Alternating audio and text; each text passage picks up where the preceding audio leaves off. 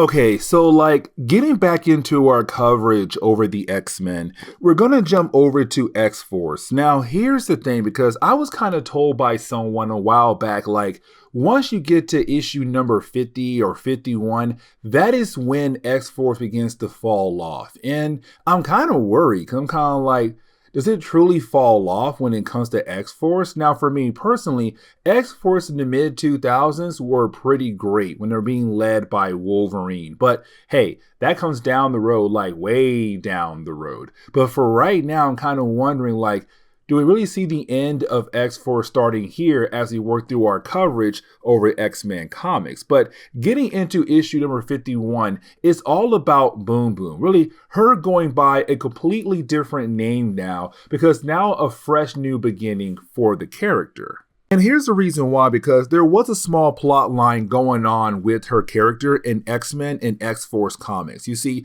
when it came to Sabretooth, she believed that everyone deserved a second chance. And so she kind of believed in the possibility that Sabretooth might turn into a better person. The problem was that he was playing everybody. And so once she had found out that he had tricked her, she was very upset. And so she had used her powers against him, which unfortunately allowed him to be free and escape from the school of Charles Xavier. Because as we get into the opening pages for X-Force issue number 51, we're kind of learning here that she told everyone a completely different story. And let me explain. You see, when it came to Boom Boom, she told everyone that Sabretooth somehow broke free. She had to use her powers as a way to defend herself, but also Psylocke got involved as well. Now, this storyline does take place before the whole Crimson Dawn storyline that we had covered already, where you have Psylocke being completely healed up.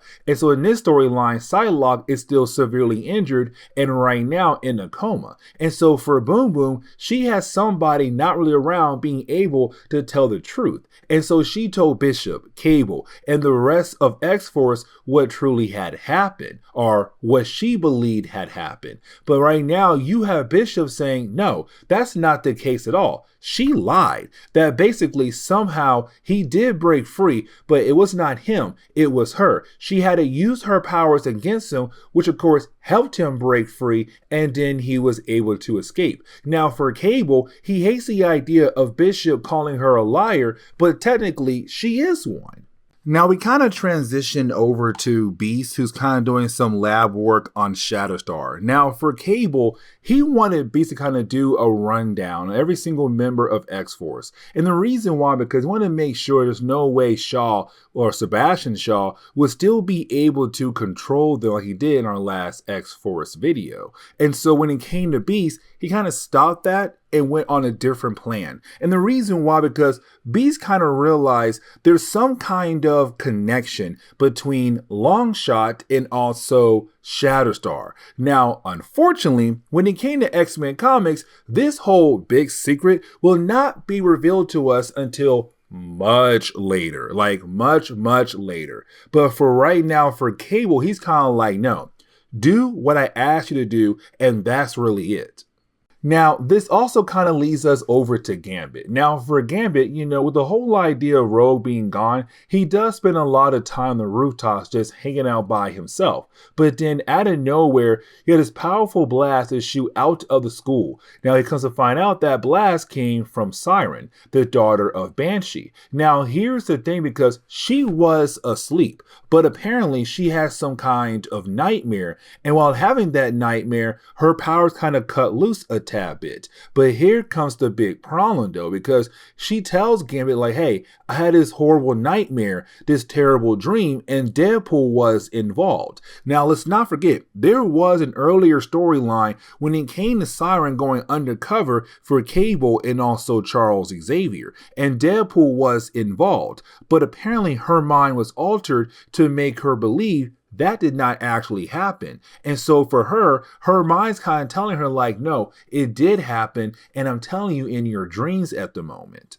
But now we kind of have to switch over to Warpath. Now, when it comes to Warpath, him and X-Force had fought against a character known as Mimic. Now, the name Mimic, you already know. Somebody who has the ability to copy other folks' abilities. Now, when it came to Warpath, for Mimic, he kind of on this big rant of how powerful Warpath truly is. And so for Warpath, he has been trying to discover how powerful he truly is, how strong and fast he could possibly be. Now, with that being said, for Warpath, he had just traveled all the way over to New York. And the reason why, because somebody in the NCIA had called him up. Now, the NCIA is the National Council of Indian Affairs. And so somebody is trying their best to get a hold of him.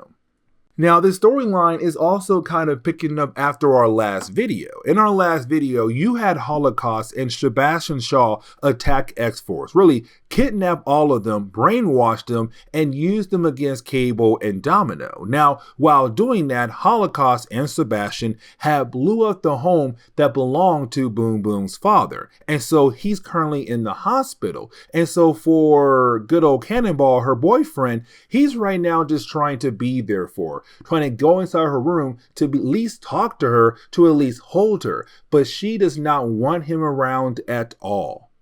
But now we kind of transition over to Sunspot. Now, for Sunspot, there was a point in time where he had this other personality inside his head, better known as Rainfire. And when it came to Rainfire, he was an evil dude. Now, thanks to Cable, he was kind of able to go into the mind of Sunspot to clear some things up. The problem is that with Cable going so deep in the mind of Sunspot, that now Sunspot has the ability to speak Askani, a language that does not pop up until many years in the far future where Cable is from.